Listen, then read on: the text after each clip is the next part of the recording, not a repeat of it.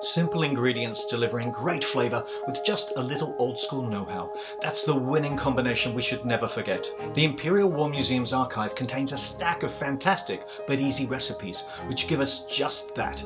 You really need to check them out. Looking through the archive will also help you understand the challenges that, for example, making this recipe for a piping hot jam sponge pudding might present. In a minute, I'll make the pudding for you. But first, I want to talk to you about the ingredients used, why they were scarce or hard to find, and why they were so precious. This recipe calls for ingredients that are very straightforward and easy to buy today. But in Britain during the Second World War, many of these ingredients were either impossible to buy or controlled by rationing. For example, the weekly butter ration was as little as 2 ounces, that's less than 60 grams, sugar 8 ounces, that's about 225 grams, and fresh eggs just 1 per person.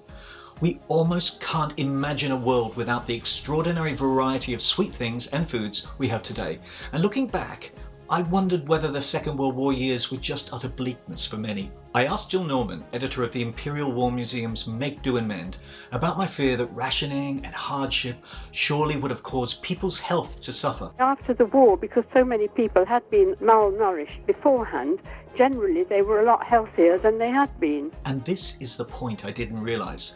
We think of events like the Second World War as separate and isolated in time, rather than obviously affected by the circumstances leading up to them. Widespread hunger and poverty during the Depression throughout the 30s meant people were already coping with hardship, and rationing helped in part to alleviate this. Preserves, like jam and marmalade, were also rationed, but at least the ration more or less guaranteed you'd get something.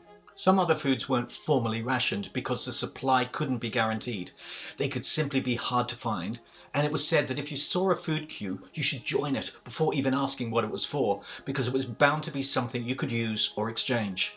So a pudding like this was a bit of a treat, using precious ingredients. Getting fruit for a pudding could be tricky. City dwellers often didn't know anyone who worked on a farm, nor was it easy for them to forage for fruit in season. They might be lucky and have a patch of garden they could turn into a vegetable plot, or a fruit tree, or even an allotment. Did you know the royal family dug up some of their lawn to plant rows of onions? Fruit grown at home could be made into amazing jam, or you might grow gorgeous carrots ready in 4 months after planting the seeds in pots or your garden. I spoke with 92-year-old Muriel Morris-Jones, who was just a child at 9 years old when the Second World War started. Muriel's family moved out of Brighton Centre during the bombing to Patcham, just 4 miles away. We did have an apple tree, so we were very lucky. Got a lot of windfalls, and also in the autumn there were a lot of wild blackberries in the fields behind us.